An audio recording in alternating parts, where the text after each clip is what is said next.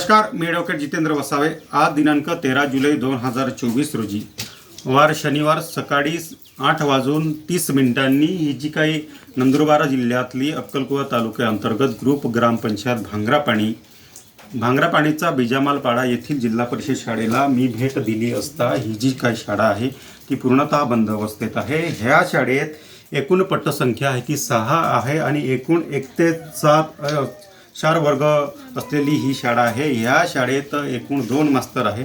एक जो मास्तर आहे मुख्याध्यापक जे काही आहे ते नंदुरबारवरून या ठिकाणी अपडाऊन करतात आणि दुसरे जे मास्तर आहे ते कुठून येतात ते आम्हाला माहिती नाही असं या ठिकाणी जे काही ग्रामस्थ आहे ते आम्हाला म्हटले।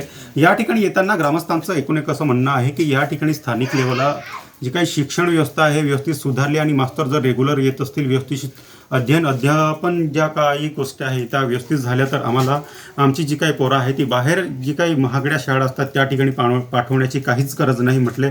परंतु या ठिकाणी मास्तर रेग्युलर येत नसल्यामुळे या शाळेची जी काही परिस्थिती आहे ती गंभीर आहे असं एकंदरीत त्यांचं म्हणणं आहे।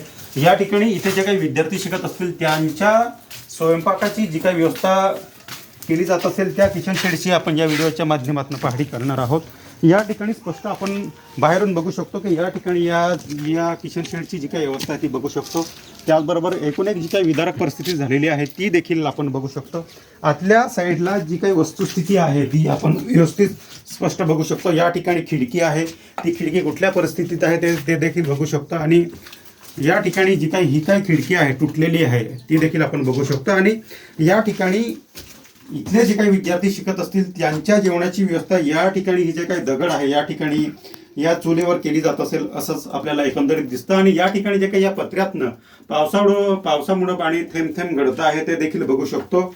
एकंदरीतच आपल्याला ह्या शाळेची जी काही विदारक परिस्थिती आहे ती अशी दिसते आहे की पूर्णतः बंद अवस्थेत असलेली ही शाळा। त्यामुळं या ठिकाणी जे काही प्रशासन आहे त्या अशा जिल्हा परिषद शाळा या सातपुड्यातला फक्त आणि फक्त कागदावरच चालवतात असंच म्हणावं लागेल।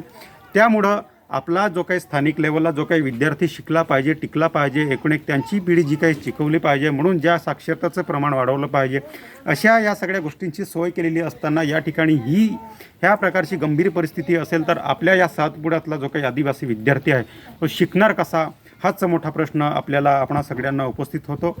ह्या व्हिडिओला जास्तीत जास्त शेअर करा, कमेंट करा आणि फॉरवर्ड करायला विसरू नका। धन्यवाद।